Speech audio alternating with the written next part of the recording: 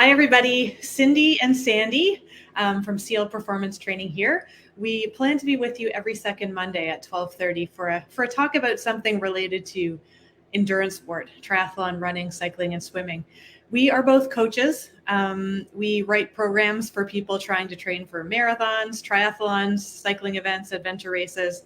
Anything that is endurance sport related will help guide you, write you a training program, and help you out when it comes to reaching your goals for specific events or just for being fit in general. So if you have any questions for us outside of what we're talking about here, feel free to send us a message. You can email us at clperformancetraining@gmail.com.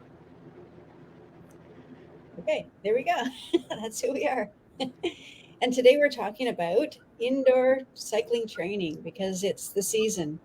And one of the first things we wanted to talk about is why do we do indoor cycling training at this point in the year? And mostly it's to focus on your training and not trying to survive the snow and the elements and being whacked off by a car.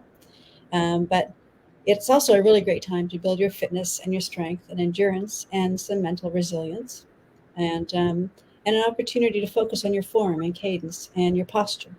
And as the season builds, you get into longer rides and different kinds of rides that we'll talk about. And it's a great opportunity to really zero in and focus on some of these things. Mm-hmm. It's definitely also, you don't want to lose what you spent last season building. So although it's important to switch gears in terms of what type of workouts you're doing, which we will talk more about in other sessions as well, and it is important to take a break for a couple of weeks, perhaps from your primary sport. We don't want you to take weeks and months off, or you're going to back up more than you want to back up, more than you need to back up. We want you to maintain your fitness through that off season. And indoor cycling in a place like Toronto or Canada in general, where it's not warm all year round, that's what we've got to deal with. So we're going to embrace it. We're going to talk about why it's good for you, even in the summertime, and how you should go about getting yourself set up and ready to do some indoor cycling.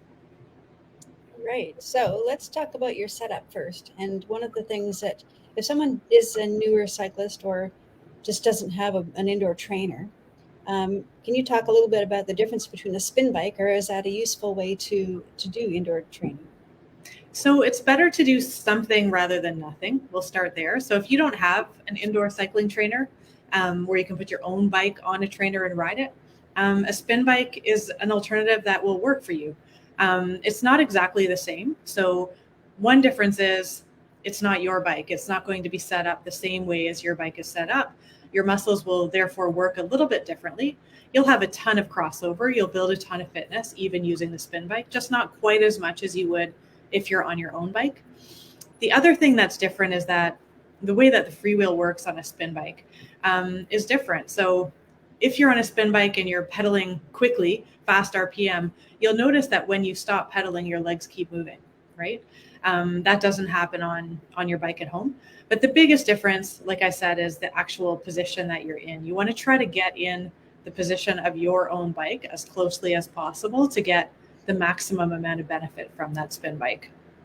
And that's difficult to do, bike, right? Because there are only preset settings, and it can be really. And if you don't really know, you have to go by feel, perceived feel.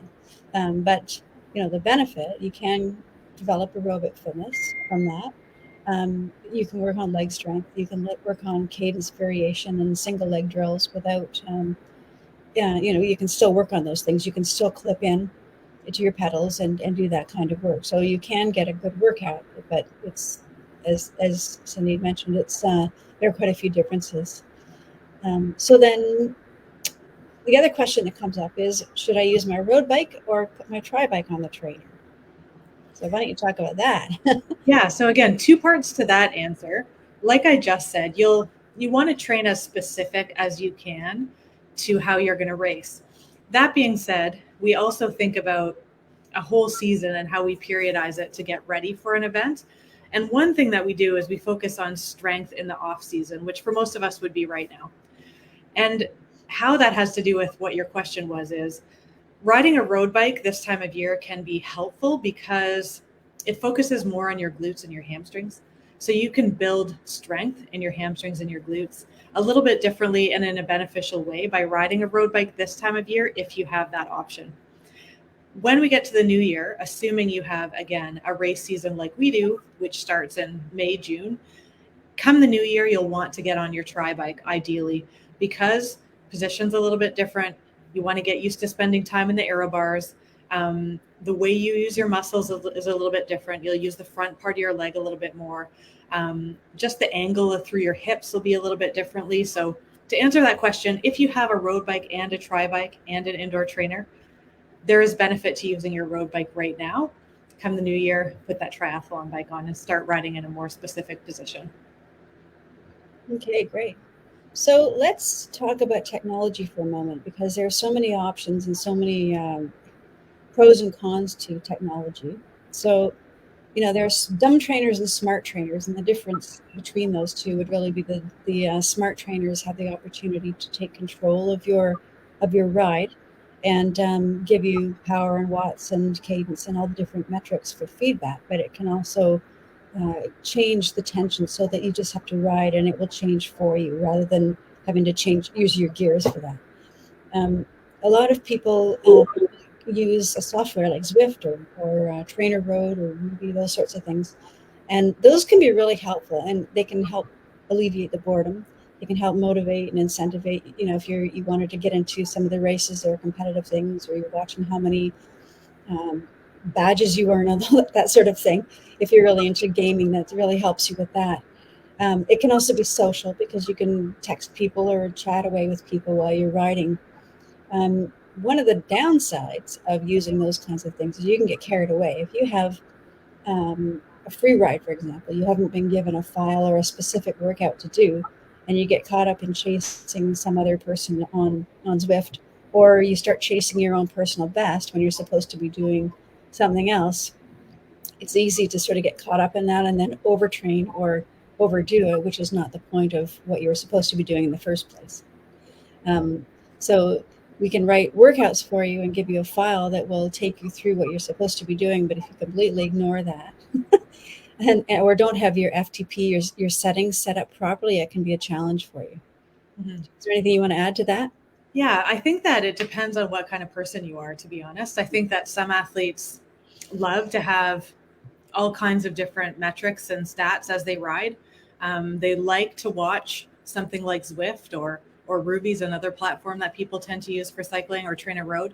Versus other people like me, when I was racing, I would just set the power on my trainer and stare at the wall and be happy. So it depends on what kind of person you are. As a coach, it's nice when someone has Zwift, because I can write a workout and include a file that they can then load in, and I know they're going to do it pretty much perfectly. But like Sandie said, if you don't have a file that you're loading in, it is really easy to get caught up in the competition of Zwift, having other people around you. The challenges, the sprints, the king or queen of the mountain, all that stuff is hard to ignore if you are just doing a free ride. So there's pros and cons. You need to be able to control yourself, and you need to be able to listen to what your goal is for that day. Should you be using that? And don't feel like you have to use that. Some people, like I said, like myself, might be a little bit more simple when it comes to that, and might like to just set the power, set the effort, and pedal, and that's totally fine and okay too. Mm-hmm. And that's good to keep in mind when your technology doesn't work, because I've had so many times where something's not syncing up and something's not working, and you can spend a lot of time trying to fix it, or trying to get annoyed with your technology because you don't have cadence, or you don't have this or that. And that can really take apart your training session if you really get hung up on that. So sometimes it's a good idea just to turn it off and do what Cindy is talking about, just ride, mm-hmm. and not let those failures take your workout apart. Yeah. And that usually that's when you're just trying too hard to do too many things, and it's like, all right, step back. One of the, I think when it comes to indoor training, one of the great things about it is that it allows you to be more specific in what you're doing. So if you are doing a specific interval workout, there's not going to be a hill in the way, right? So that you can start and end your interval at the right time. You can maintain steady power if you have a trainer that gives you power or a steady heart rate without a stoplight or, an intersection getting in the way and causing you to take a break. It also gives you a really good opportunity to practice drills such as Yeah. cadence drills, really to ride at low RPM, to do intervals and practice on your efficiency, which we should talk a little bit about how to be efficient in your pedal stroke. So the specificity is something that's really a bonus of indoor training. It's also harder than riding outdoors. So depending on the kind of trainer you're using, it can be 10 to 30% harder to do a workout on the trainer. So your time is more efficient. So like, a 1 hour ride outdoors can be done in 50 minutes indoors. And if you expand that to what you might be doing to train for an Ironman or a Century ride, if each hour outdoors is equivalent to a 50-minute indoors, you can think about how you can save 30 or 60 minutes even on some of those long rides by doing them on the trainer instead. So what are some of the drills that we use? What are some of the things that we tend to teach our athletes when it comes to cycling? Well, let's base that on how a typical workout would be structured. For example, the warm-up. You've got usually some easy pedaling just to get warmed up for 10 or 15 minutes, depending on how long you're going to be on there. And then there are some, I guess, short segments where you're getting your heart rate up and where you're raising your heart rate for a short length of time and then a recovery. And that's really it's like priming a pump. You need to get your body started and warmed up and warmed up, not just your muscles moving and your legs moving, but also your heart ready to take on the main set of your workout. Your main set may have a whole bunch of different things depending on the where you are in your training. You may have some drills, there may be some intervals, there may be some high and low cadence sessions where you're going between. Maybe there's a progression of power. Maybe there's some standing and seated climbs. So they can include an awful lot of those things, and they all have a specific purpose and a reason for being given those. Cindy, would you want to talk about some of those that I mentioned and the benefit of them? Yeah, so I think that the first one I want to talk about is just riding at a low RPM. We don't want you to do races at a low RPM usually, unless you're a specific person. That's kind of an outlier. But there's a lot of benefit to training with low RPM. One is building strength in your legs. One is recruiting more muscle fibers because you're able to go around more slowly. You're able to focus on efficiency. And when I talk about efficiency, there's some keys that you can think about while you're riding. A lot of people, when they first get on a bike, it seems pretty simple. You're going to push the pedals down, right? You're going to mash one leg down, then the other leg down. If we want to get really fancy, we think, okay, we're going to pull up on the pedal. We're going to push down, then we're going to pull up. There's a lot more to it than that. In fact, you can be the most efficient or more efficient than that if you actually think about almost like cross-country skiing. So if you think about kicking forward and pulling back rather than pushing down and pulling up, you'll find that if you're looking at your power, your heart rate, you're going to be able to push more power at the same heart rate or a lower heart rate if you do that because it's more efficient. So kick forward, pull back. Again, you want to add a layer to that on that pull back. If we think about your pedal stroke as a clock, give it a little bit of a pull up, right? So pull back 4 to 7 and then a quick snap up of the hamstring. We come up over the top. Think about kicking your leg over your handlebars. And then again, we're at the 4 o'clock. So we're pulling back again, quick snap up of the hamstring, and we're ready to kick forward over the handlebars again. Try thinking about that when you're cycling. I think that all of us, or the majority of us, will notice a pretty big difference when it comes to power versus heart rate. And the benefit of the low cadence is that it basically allows us to exaggerate all of that. It gives us a lot more time to do it. It's easier to practice. It's easier to notice if you have what we call dead spots. There's spots where you're not producing power within that circle. So it just allows us to exaggerate and get better at all of the little pieces. And like I said before, it just gives you the opportunity to engage more muscle fibers as well and teach your body how to use more muscle fibers so that when we go back to riding at 85 to 90 RPM, like most of us want to race, our body is just a lot more efficient at doing that and has more to use, more power to use to do that. Mm-hmm. Definitely. Single leg drills are another way of sort of identifying where those dead spots are that you were talking about. So you don't need to unclip from your pedals. Just focus on one leg at a time and think about going through that perfect circle and then compare to the other leg when you're doing it. And that's it's a really good way to just realize if you've got a weaker side or just an area where you're feeling it's different. It gives you an opportunity to really focus on that, and way easier to do that on an indoor trainer during the winter than being out, outside when you're riding and thinking, oh, let me just do a single leg drill. Yeah.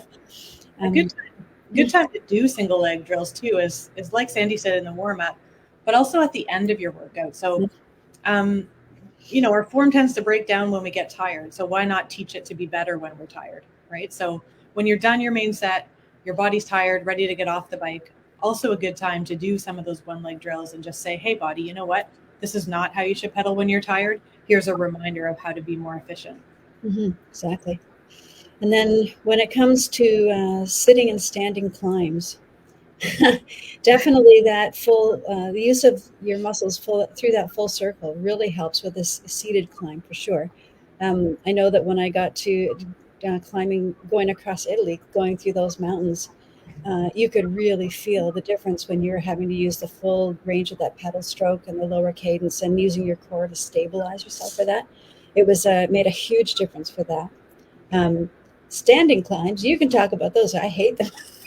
I have a couple things to add there. So that's one thing that's also a benefit of indoor trainer. You can climb hills that take 10 minutes to get up. We don't have those. Yeah. At least not where I live here in Burlington. So you can create whatever kind of hill you want to create.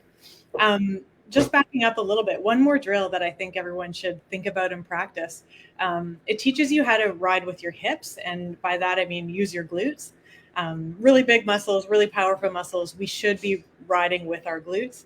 And one drill that I find is helpful to teach you how to do this is actually trying to ride without putting much or any pressure on the ball of your foot. So trying to ride with your foot just pulling against the top of your shoe. You try it. Do it for 30 seconds, 60 seconds at a time at different powers. And it really helps to teach you how to engage your hips, because you have to engage your hips to be able to ride like that.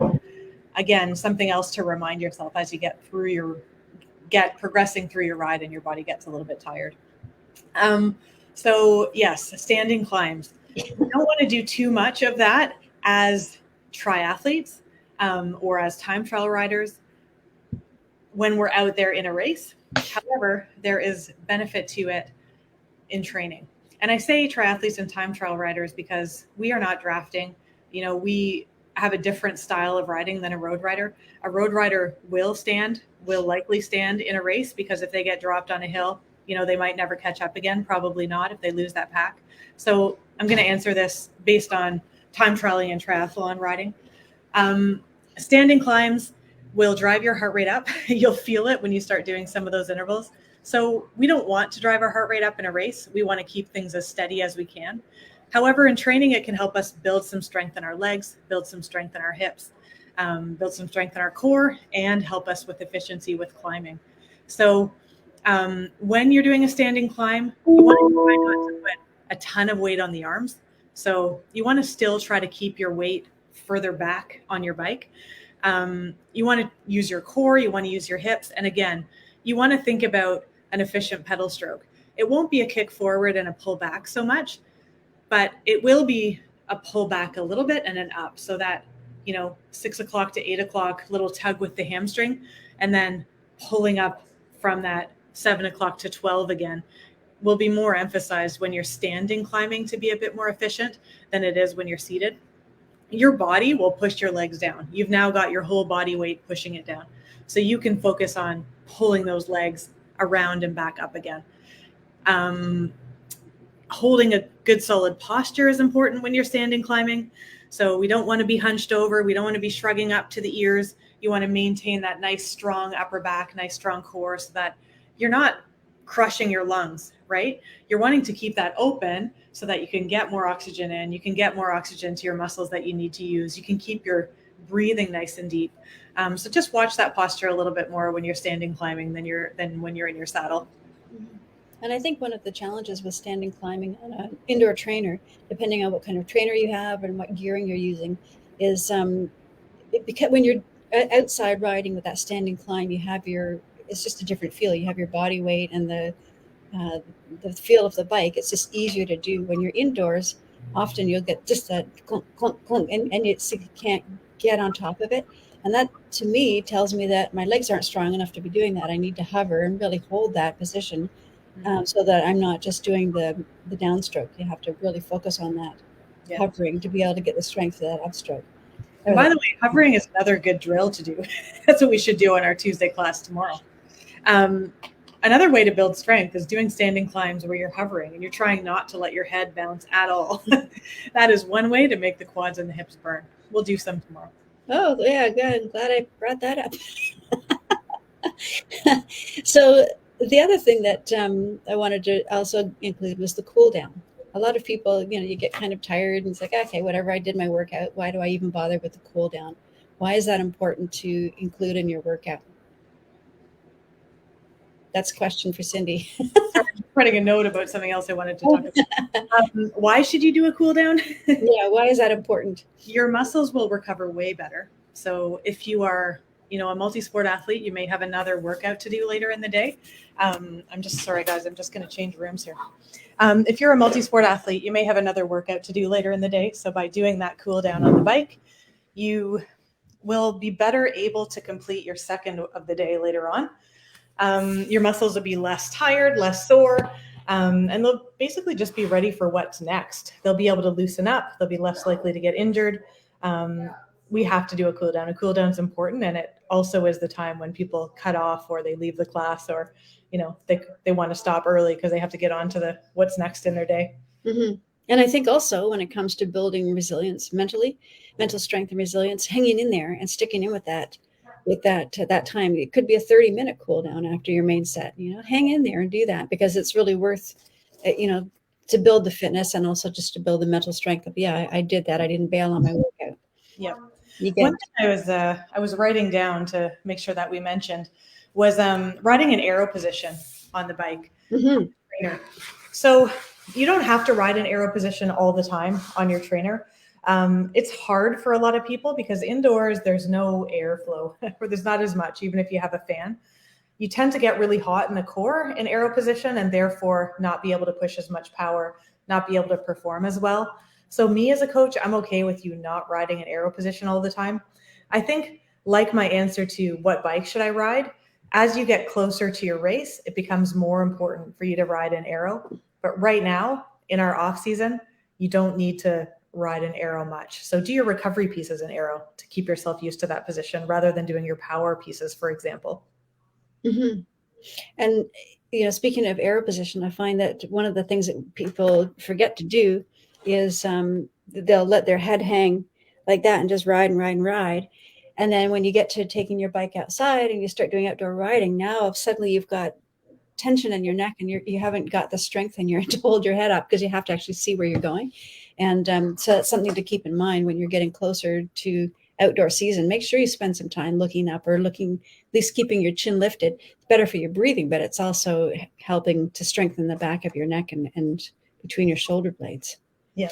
Posture is I find that posture is something that you tend to forget about when you're doing those long rides. If you've got an hour and a half, 2 hours, 3 hours, whatever it is, it's easy just to sort of collapse in, like you were saying, Cindy, about getting your chest falling down. Same thing on the road bike, and especially if you're having troubles with getting the numbness in your hands. You want to keep moving your hands around, go down on the drops, do different things down there. But keeping your posture really helps. If you think about keeping your shoulders back and sliding your shoulder blades down your back, it actually lifts up your chest and keeps your upper body stronger.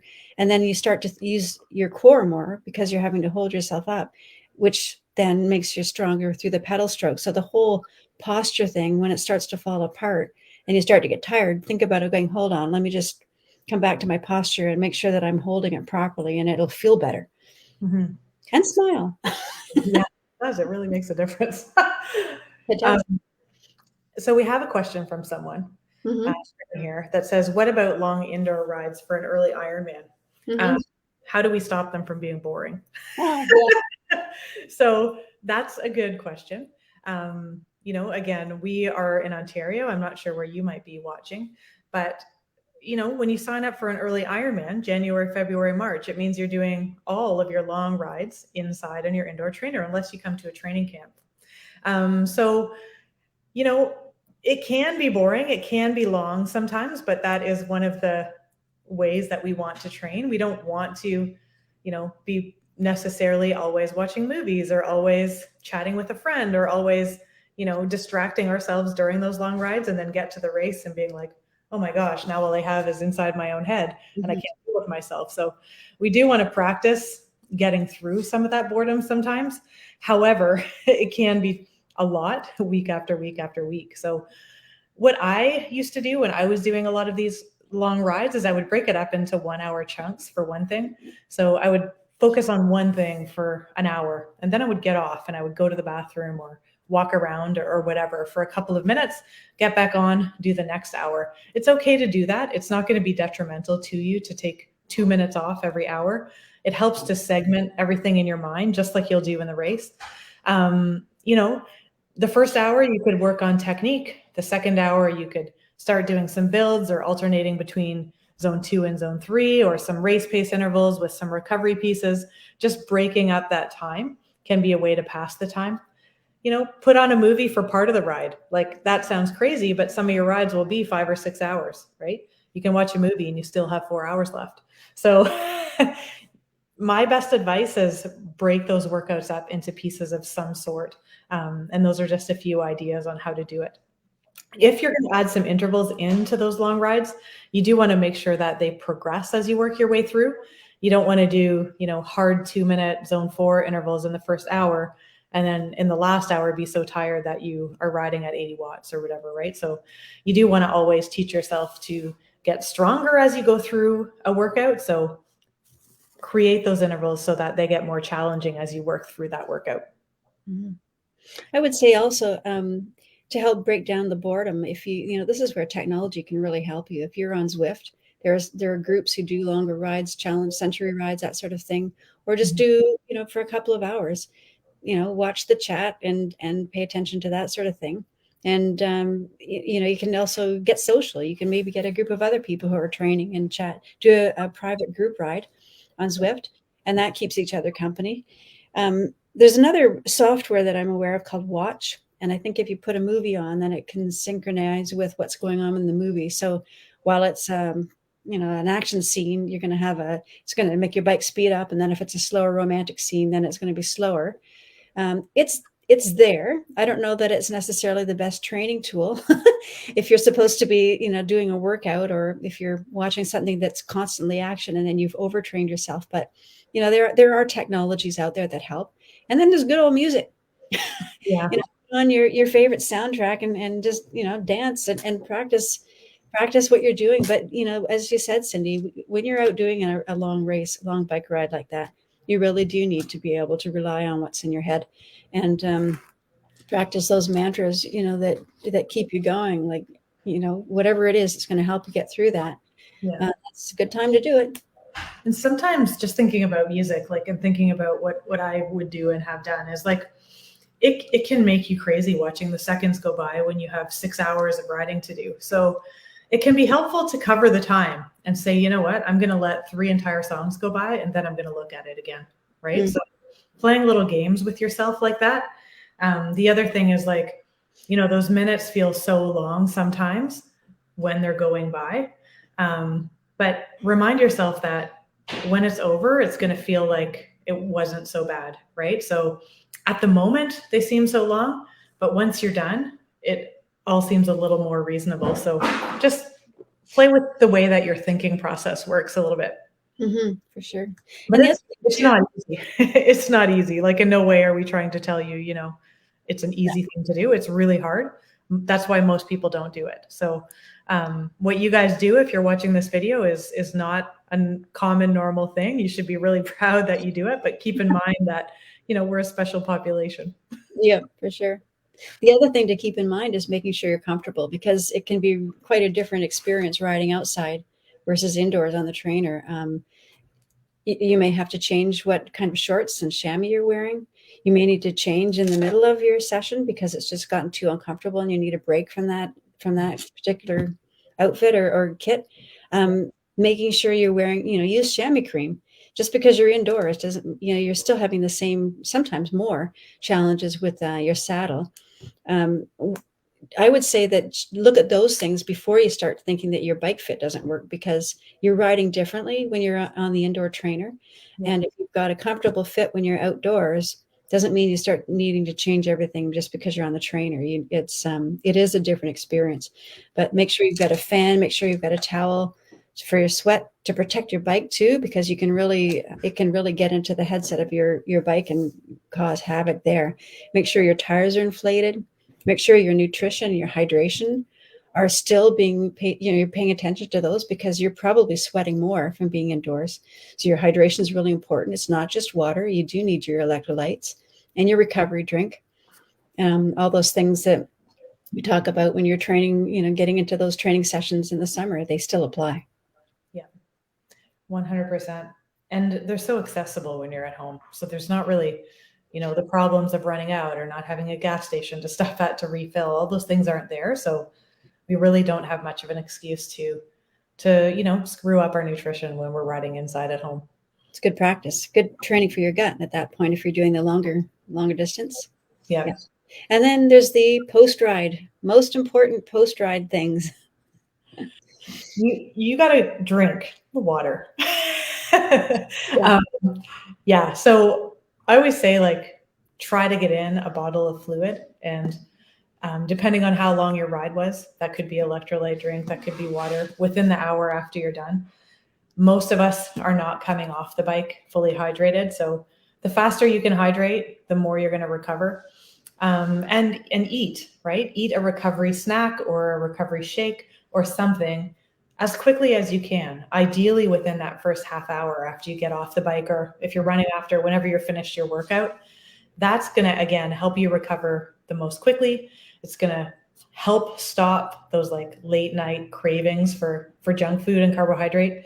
It's just going to give you the most benefit for the workout that you just did. So make sure that you're eating and you're drinking right after your workout. That's the key that I would like to drive home.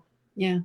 And the other thing that we always forget to do is stretching. When you come off that bike, you probably have to wipe things down and all the rest of you just want to get those shoes off.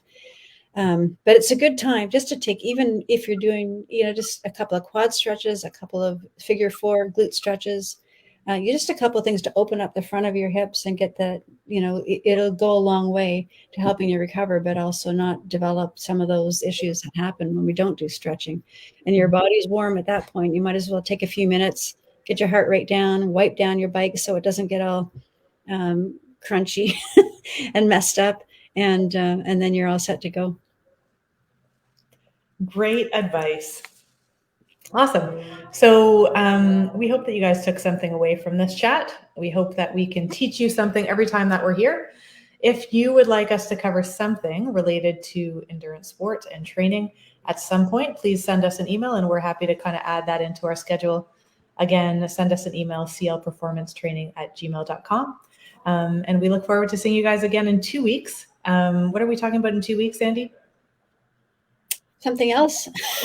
I think it's running form. But anyway, we'll be back here. We'll let you know ahead of time what's on our schedule for 2 weeks from now, but it'll be something really good that you should show up and watch. Yeah, absolutely. Okay. Have a great day, everybody.